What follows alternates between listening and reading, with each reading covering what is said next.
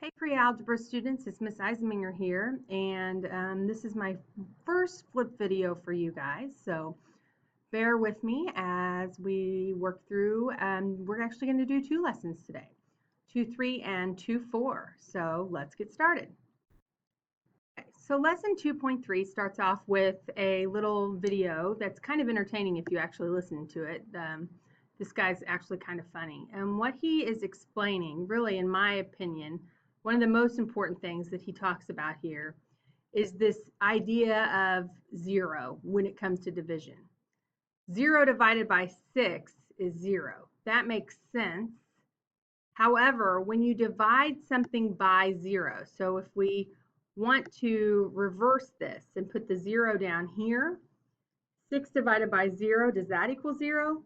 That is not a true statement. So when 0 is on the bottom of a division statement, that is called undefined in math. So keep that in mind today as we're working through our lesson. So example 1 in part 1, it says place each quotient at its value on the number line or leave it behind if it is an undefined expression. So 0 divided by -3, that would actually end up being 0. So I'm going to drag that on the 0 here. And then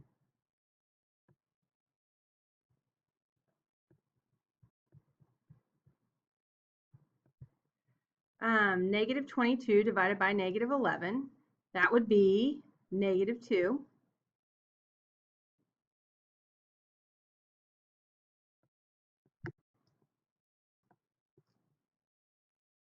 And then I'm going to go -20 divided by -4. That would be a +5 because a bad boy leaving Lakeview is actually a good thing for our school. That turns to a positive.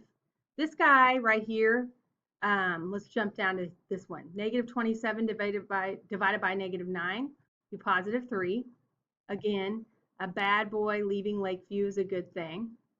48 divided by -12, we've got a good boy leaving Lakeview. We hate when that happens, so that actually turns to a negative. And this becomes a -5. Lets me drag it. And this guy here is a -4. This is undefined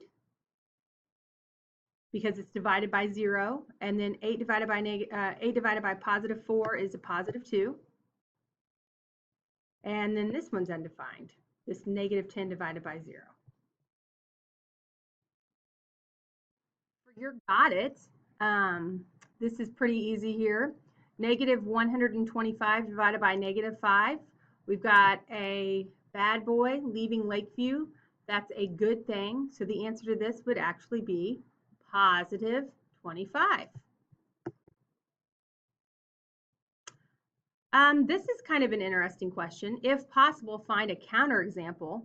So in math, a counterexample is a statement that can prove one of these others, well, this first statement wrong, okay?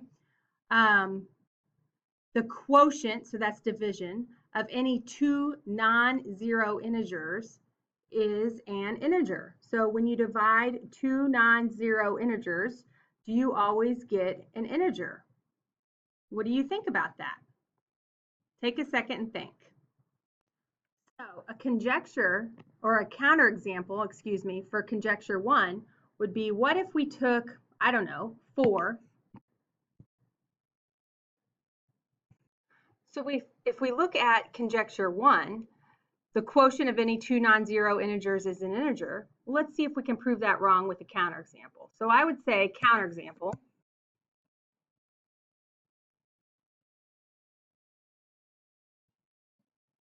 equals, what if I take 4 divided by 8? Do you agree that 4 is an integer? Do you agree that 8 is an integer? And if I take 4 divided by 8, I get a half. Is 1/2 an integer?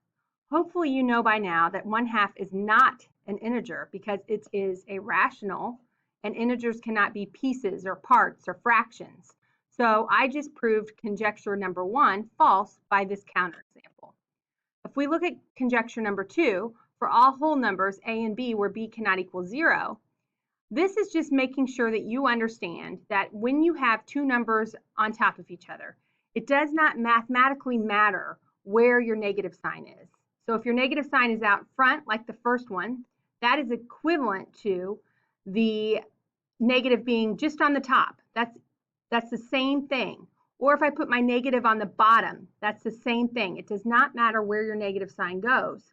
The whole term still is negative because there's only one negative in each one of these three things. So actually for conjecture 2, there's no counterexample I can use to prove it wrong. Okay, guys, the next part of the lesson is this example, and actually this is one of my favorite problems of the year. I like this a lot. So this is kind of like a word bank that you use in your other classes, but I need to come up with a way to get -3. So one thing I could do is take, let's see here, -6 and +2. If I divide them, get my pen on, -6 +2 equals -3. And then if I reverse this and do 6 divided by -2, that gives me -3. And then if I do, let's see here, 3 divided by -1, that gives me -3. For 2, I could take -4 and -2 and divide them, and I get +2. Or I could do 2 divided by 1, that gives you +2. Or I could do, let's see here, +4 divided by +2. That gives me +2. 0 is easy. 0 divided by -1, 0 divided by 1, 0 divided by 3. Who cares? As long as your bottom number is not 0, that works. Because if you do this, that becomes an undefined because 0 is on the bottom.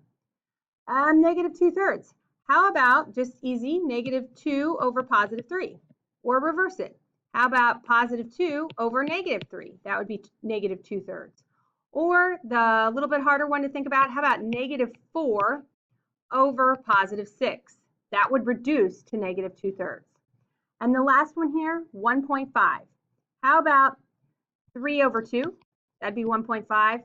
How about -3 over -2? That'd be +1.5. Or how about, let's see here, 6 over 4 would be 1.5. For your got it on this problem, it's actually pretty easy. It's 8 divided by some number is -2. Hopefully you know that if you take 8 and divide it by 4, you get a +2. So to make this a negative, your a would just have to be a -4. 8 divided by -4 is -2. Okay, example 3 is talking about a unit rate. A unit rate is something very important that you will use a lot actually in your life. So in this problem, a glacier retreated 21 feet over 6 years. Express this as a unit rate. Okay, we don't want 6 years. We want to know what it did in 1 year. And when you get the bottom number of something to be a 1, you have a unit rate. So if I just simply take 21 divided by 6, and I'm not sure why we couldn't just punch that in a calculator, 21 divided by 6 equals 3.5. So my unit rate would be 3.5 feet per year. And actually on this, make sure you have your labels. The feet per year part is just as important as the 3.5. That is your unit rate.